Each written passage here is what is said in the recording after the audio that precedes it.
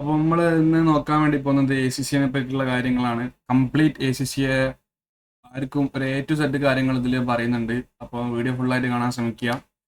എത്ര A C C, എന്താണ് A C C A, എന്തുകൊണ്ട് എ സി സി എടുക്കണം, എ സി സിൻ്റെ ജോബ് ഓപ്പർച്യൂണിറ്റീസ്, കരിയർ, ഏകദേശം എത്ര ടൈം ഫ്രെയിമിനുള്ളിൽ നിങ്ങൾക്ക് കംപ്ലീറ്റ് ചെയ്യാൻ പറ്റും, ഏതാണ് ബെസ്റ്റ് കോമ്പിനേഷൻ, പേപ്പർ എടുക്കാൻ നിങ്ങൾ ശ്രദ്ധിക്കേണ്ട കാര്യങ്ങൾ, അങ്ങനെയുള്ള കുറച്ച് ടിപ്സ്.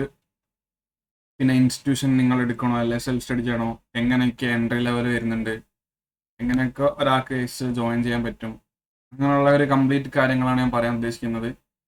പുറത്തുള്ളവർക്ക് എന്തും പറയാം, പരസ്യം കാണലും മറ്റേതും മറിച്ചതും അതല്ല. നമ്മൾ ഒരു കോഴ്സ്, ഏതൊരു കോഴ്സ് എടുക്കുകയാണ്, സി ആണ് എസ് എടുക്കാം, നമ്മളെ കൊണ്ട് പറ്റില്ലാത്തല്ല, നമ്മളതിൻ്റെ കംപ്ലീറ്റ് ഡീറ്റെയിൽസ് അറിഞ്ഞിട്ട് ഫുൾ, നമുക്ക് ഫുൾ ഒരു കോൺഫിഡൻസിൽ ഈ ഒരു ഇതിൽ നമ്മൾ എടുത്തിട്ട് പിന്നീട് നമുക്ക് റിഗ്രഷൻ ഉണ്ടാവാൻ പാടില്ല അല്ലേ.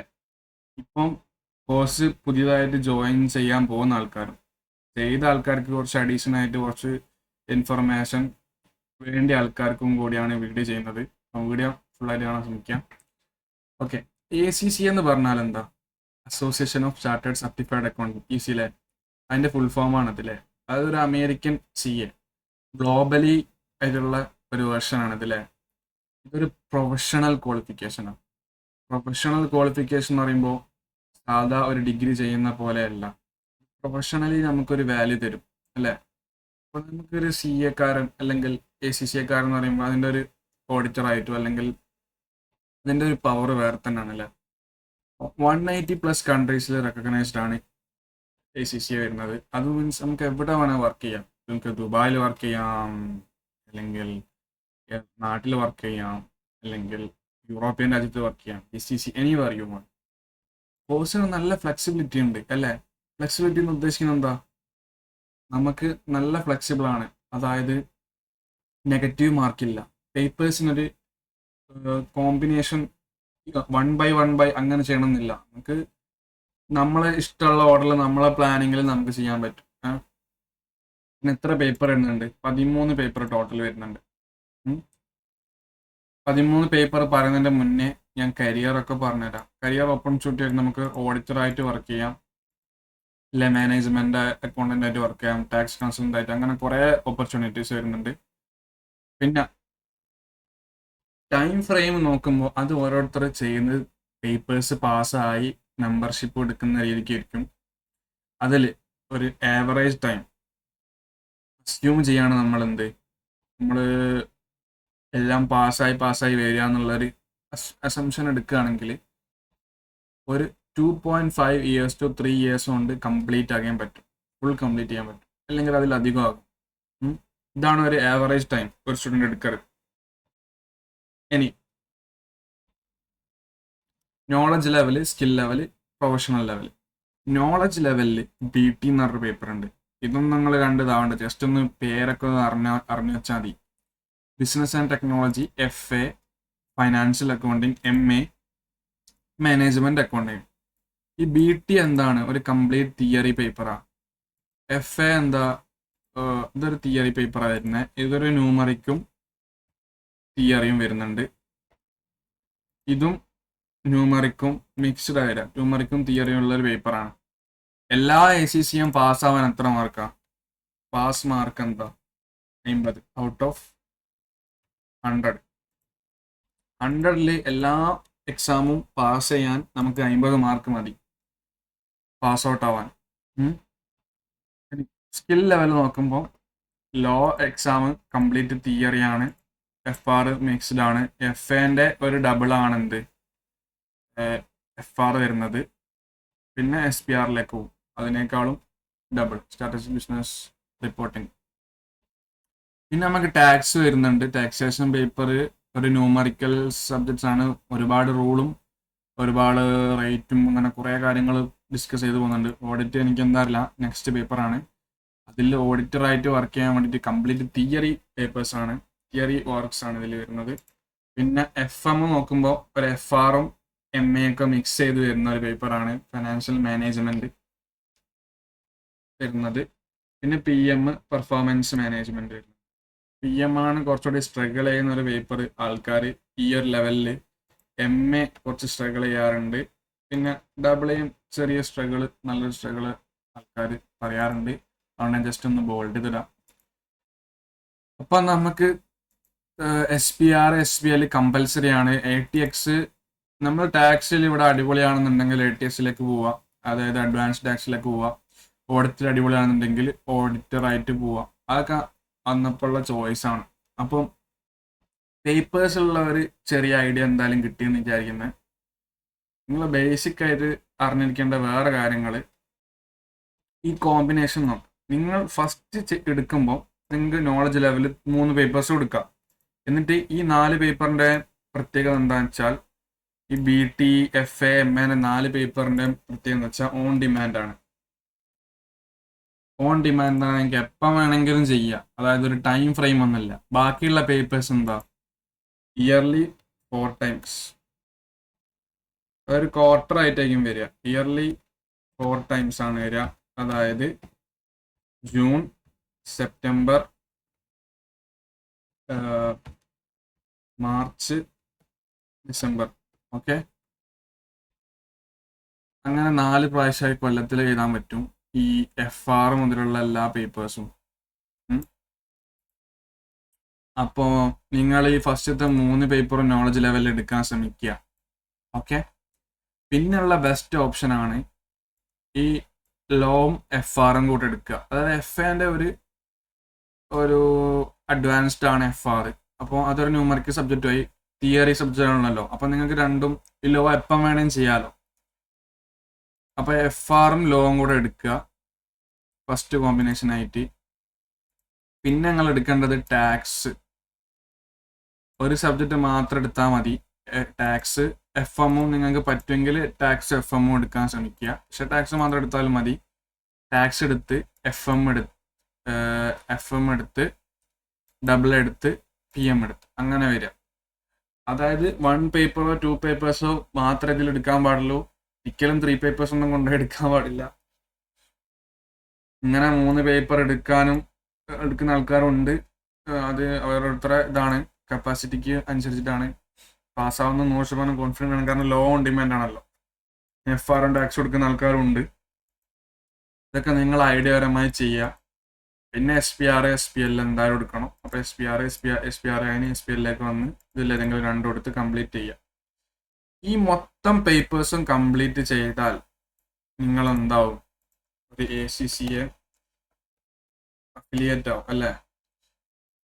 ഇനി ACCA അഫിലിയേറ്റ് ആയാൽ ഒരു ACCA ആവും? ഇല്ല, ACCA മെമ്പർ ആവണം അല്ലേ? നമുക്ക് ACCA മെമ്പർ ആവണമെങ്കിൽ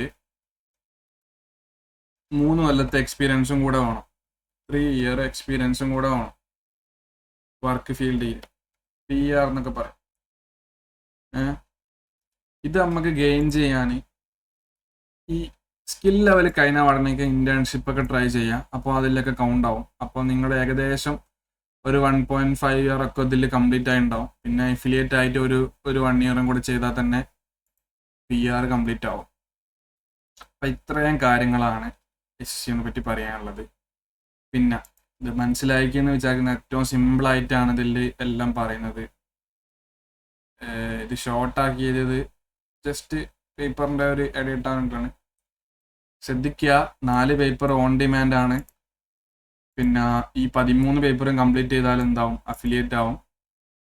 പിന്നെ അഫിലിയേറ്റ് നിന്ന് മെമ്പറിലേക്ക് 3 ഇയർ എക്സ്പീരിയൻസും കൂടെ വേണം. ആ 3 ഇയർ കുറയ്ക്കാൻ വേണ്ടിയിട്ട് നിങ്ങൾ പേപ്പർ ഇവിടെ കഴിഞ്ഞ പാടന്നെ വർക്ക് ചെയ്ത് തുടങ്ങുക. അപ്പോൾ ഇതിൽ കൗണ്ട് ആവും. പിന്നെ എനിക്കറിയാനുള്ള പിന്നെ ഈ എക്സാമിൻ്റെ സ്കിൽ ലെവലോട്ടുള്ള എല്ലാ എക്സാമും 4 പ്രാവശ്യമായിരിക്കും. ഡേറ്റ് ഒക്കെ ACCA ഫിക്സഡ് ആയിരിക്കും. റിസൾട്ട് നെക്സ്റ്റ് മന്ത് 14th ആയിരിക്കും വരിക. ഓക്കെ, ഇത്രയും കാര്യങ്ങളാണ്. ഇനി ഇങ്ങനെയുള്ള ഡൗട്ട്, ACCA ഡയറക്റ്റ് ആയിട്ട് എടുക്കാൻ പറ്റും, അതായത് ഓപ്പൺ കോഴ്സാണ്. അപ്പം ACCA നിങ്ങൾ ക്ലാസ് 12 കഴിഞ്ഞിട്ടെല്ലാം ഡയറക്റ്റ് ആൾക്ക് നിൽക്കും. ഞാൻ അങ്ങനെ എടുത്തത്. ACCA ഡയറക്റ്റ് ഓപ്ഷൻ ഉണ്ട്. ഡയറക്റ്റ് ടു ACCA വരുമ്പോൾ നമുക്ക് 13 പേപ്പറും കംപ്ലീറ്റ് ചെയ്യേണ്ട ആവശ്യമുണ്ട്. ഈ 13 പേപ്പർ അങ്ങനെ തന്നെ കംപ്ലീറ്റ് ചെയ്യണം. ACCA പ്ലസ് ഡിഗ്രി, അതായത് BCom കൊടുക്കാം നമുക്ക് പല ട്രെൻഡിങ്. ബികോം എടുത്താൽ നമുക്ക് കുറച്ച് എക്സംഷൻ കിട്ടും. അതിൽ 6 പേപ്പർ എക്സംഷൻ ഉണ്ട്. പിന്നെ ചില സമയത്ത് ഇപ്പത്തതിലൊക്കെ വെച്ച് 9 പേപ്പർ എക്സംഷനും ഉണ്ട്. അപ്പം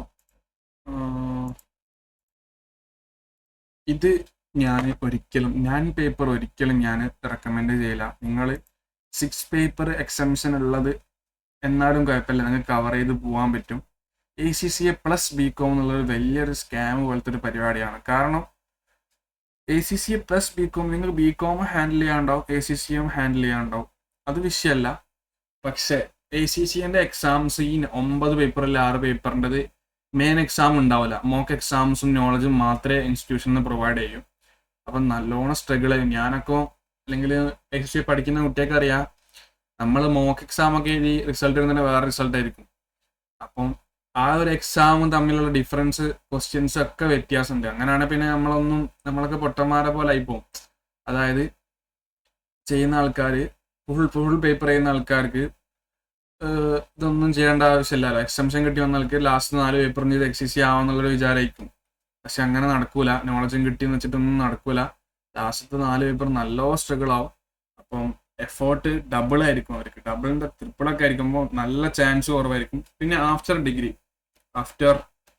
എനി ഡിഗ്രി അപ്പം നമുക്ക് ഇതേപോലെ തന്നെ 6 പേപ്പർ എക്സംഷൻ കിട്ടും. എന്നിട്ട് ബാക്കിയുള്ള പേപ്പർ ചെയ്യാവുന്നതാണ്. അതും വലിയ കുഴപ്പമൊന്നുമില്ല. നിങ്ങൾക്കൊരു അപ്പോൾ ഈ ഡിഗ്രി കഴിഞ്ഞ് വരുന്ന ആൾക്കാർക്ക് ഒരു അപ്ഗ്രേഡേഷന് വേണ്ടിയിട്ട് അല്ലെങ്കിൽ പ്രൊഫഷണൽ ക്വാളിഫിക്കേഷൻ വേണ്ടിയിട്ട് വരുന്ന ആൾക്കും അപ്പോൾ 6 പേപ്പർ എക്സംഷൻ ഒന്നും വലിയ കുഴപ്പമില്ല. അവർക്ക് പിന്നെ അത് കവർ ചെയ്ത് പോകാൻ പറ്റും. പക്ഷേ നിങ്ങളൊരു ACCA പ്ലസ് ബികോം ഒക്കെ വെച്ച് ചെയ്യാൻ പോകുന്ന ആൾക്കാരാണെങ്കിൽ 9 പേപ്പറൊക്കെ എക്സംഷൻ വരുന്ന ഒരു പരിപാടിയാണെങ്കിൽ ഞാൻ ഒരിക്കലും റെക്കമെൻഡ് ചെയ്യില്ല. പിന്നെ at the end it's their own decision. അപ്പം നിങ്ങളെന്താ പറയുന്നത്, ഈ കാപ്ലാൻ അല്ലെങ്കിൽ കുറേ എക്സ്പേർട്ടുകൾ ഇതുവരെയൊക്കെ പറയുന്നത് തന്നെ നിങ്ങൾ ശ്രദ്ധിച്ചാൽ മനസ്സിലാവും. ഈ 9 പേപ്പർ എക്സംഷൻ ഒക്കെ വരുമ്പോൾ നോളജ് ലെവല് ഈ മോക്കായിട്ടെല്ലാം കൊടുക്കും. പക്ഷെ അതൊന്നും കാര്യം ഉണ്ടാവില്ല. അതൊക്കെ ശ്രദ്ധിക്കുക. ഈ 3 ഓപ്ഷനേ ഉള്ളൂ ACCA എൻട്രി വരും. ഓക്കെ, പിന്നെ ഒരു റിക്വയർമെന്റ് ഒന്നുമില്ല. ഇത്ര പാസ് ഇടണം, 10th ഇത്ര ഗ്രേഡ് ഇടണം, 12th ഇത്ര ഗ്രേഡ് ഇടണം, അങ്ങനെ ഒന്നുമില്ല. CA അങ്ങനെ എന്തൊക്കെ റിക്വയർമെന്റ് ഉണ്ടെന്നാണ് എനിക്ക് തോന്നുന്നത്. CA ഞാൻ പറഞ്ഞല്ലോ കുറച്ചുകൂടി ടഫറാണ്. നെഗറ്റീവ് മാർക്സ് വരുന്നുണ്ട്. പിന്നെ അതിൽ കുറേ കോംപ്ലിക്കേഷൻസ് വരുന്നുണ്ട്. ഇത്ര ഫ്ലെക്സിബിൾ ഒന്നല്ല. അപ്പോൾ അതൊക്കെ ശ്രദ്ധിക്കുക. ഇനി നോക്കാനുള്ളത് എവിടുന്ന് പഠിക്കും. സെൽഫ് സ്റ്റഡി ആയിട്ടും പഠിക്കാം, സെൽഫ് സ്റ്റഡി ചെയ്തും പഠിക്കാം നിങ്ങൾക്ക്. പിന്നെ ഇൻസ്റ്റിറ്റ്യൂഷൻ വഴിയും പഠിക്കാം. സെൽഫ് സ്റ്റഡി എന്ന് പറയുമ്പോൾ മൊത്തം ഒറ്റയ്ക്ക് ഇരുന്ന് ഓൺലൈൻ യൂട്യൂബ് അവിടെയൊക്കെ നോക്കി കാപ്ലാനും PDF ഒക്കെ ഡൗൺലോഡ് ചെയ്ത് അങ്ങനെ പഠിക്കണം. ഫസ്റ്റിൻ്റെ 3 പേപ്പറൊക്കെ ചെയ്യാം. പക്ഷെ അത് എത്രയൊക്കെ പോയാലും ഒരു ലിമിറ്റ് ഉണ്ടല്ലോ നമുക്ക് ചെയ്യാൻ പറ്റുന്നത്.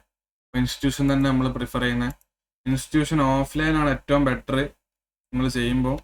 ഓൺലൈൻ ചെയ്യുക, പക്ഷെ ഓൺലൈൻ കുറച്ച് ടാസ്ക് ആയിരിക്കും. ഓൺലൈൻ ഹാൻഡിൽ ചെയ്യുക നല്ല ഡെഡിക്കേറ്റ് ചെയ്തുള്ള ആൾക്കാർക്ക് മാത്രമേ ഓൺലൈനായിട്ട് ചെയ്യാൻ പറ്റൂ. കാരണം നമ്മൾ ഓൺലൈനായിട്ട് കറക്റ്റായിട്ട് ഇരിക്കണം, കറക്റ്റ് ടൈമിലിരുന്ന്.